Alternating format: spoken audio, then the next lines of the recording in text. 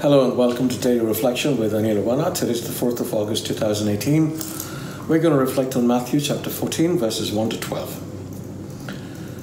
At that time, Herod the ruler heard reports about Jesus, and he said to his servants, "This is John the Baptist. He has been raised from the dead, and for this reason these powers are at work in him." For Herod had arrested John, bound him, and put him in prison on account of Herodias, his brother Philip's wife, because John had been telling him, "It is not lawful for you to have her." Though Herod wanted to put him to death, he feared the crowd because they regarded him as a prophet. But when Herod's birthday came, the daughter of Herodias danced before the company, and she pleased Herod so much that he promised on oath to grant her whatever she might ask. Prompted by her mother, she said, "Give me the head of John the Baptist here on a platter." The king was grieved, yet out of regard for his oaths and for the guests, he commanded it to be given. He sent and had John beheaded in prison. The head was brought on a platter and given to the girl, who brought it to her mother. His disciples came and took the body and buried it. Then they went and told Jesus. The Gospel of the Lord.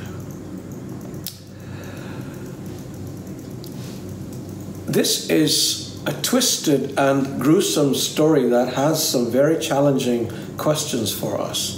But briefly first, Herod was the ruler of Galilee and Perea in the 1st century. When he conducted a rather public affair with Herodias, his brother's wife, John the Baptist rebuked him. This made Herod want to kill John, but he was afraid of the people. Eventually, however, there seems to have been a strange relationship that developed between the two that saw Herod grudgingly respect John, and given some time, who knows, John might have led Herod to Christ. Anyway, fast forward to Herod's birthday. He has a big bash, and the daughter of Herodias dances for him. He is so pleased, he tells her that she can have anything she wants, up to half of his kingdom. Pretty dumb, yeah, but men are known to do such things. On advice from her mother, the girl asks for John the Baptist's head on a platter. And Herod, more mindful of his guests than God, agrees. He makes a stupid oath and then fulfills it because of a warped sense of duty. Simply unbelievable. Or is it? You know, it is so easy to despise men like Herod and Judas and all those other villains we hear about in the Bible, not realizing how much like them we are. Don't we too often care more about the opinion of the world than of God? Don't we too often sacrifice the truth for expediency? Don't we too refuse to stand by our friends because it might mean that we too are ridiculed along with them? I'm aware that these reflections are getting more challenging with every day that passes, but I think that God might be wanting to push things a little bit and wanting us to push things a little too.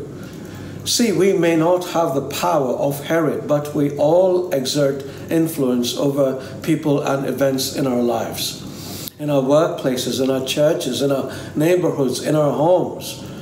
Our words and our actions can preserve life or take it. Most of us prefer to just keep quiet, but that is just as bad as doing the wrong thing. So let us start making the right choices and putting them into action. We might lose a few friends, we might incur the displeasure of people around us, even their wrath. But if that ever begins to sway us, all we need to do is read today's story again and ask ourselves, if I had the power available to Herod, how would I have wielded it? Would I have stood up for what is right, or would I have let John the Baptist's head be chopped up and served on a platter? And then ask ourselves the same thing. Are we willing to stand up for what we believe, or are we going to let truth be chopped up and served on a platter? May you wield power wisely. God bless you.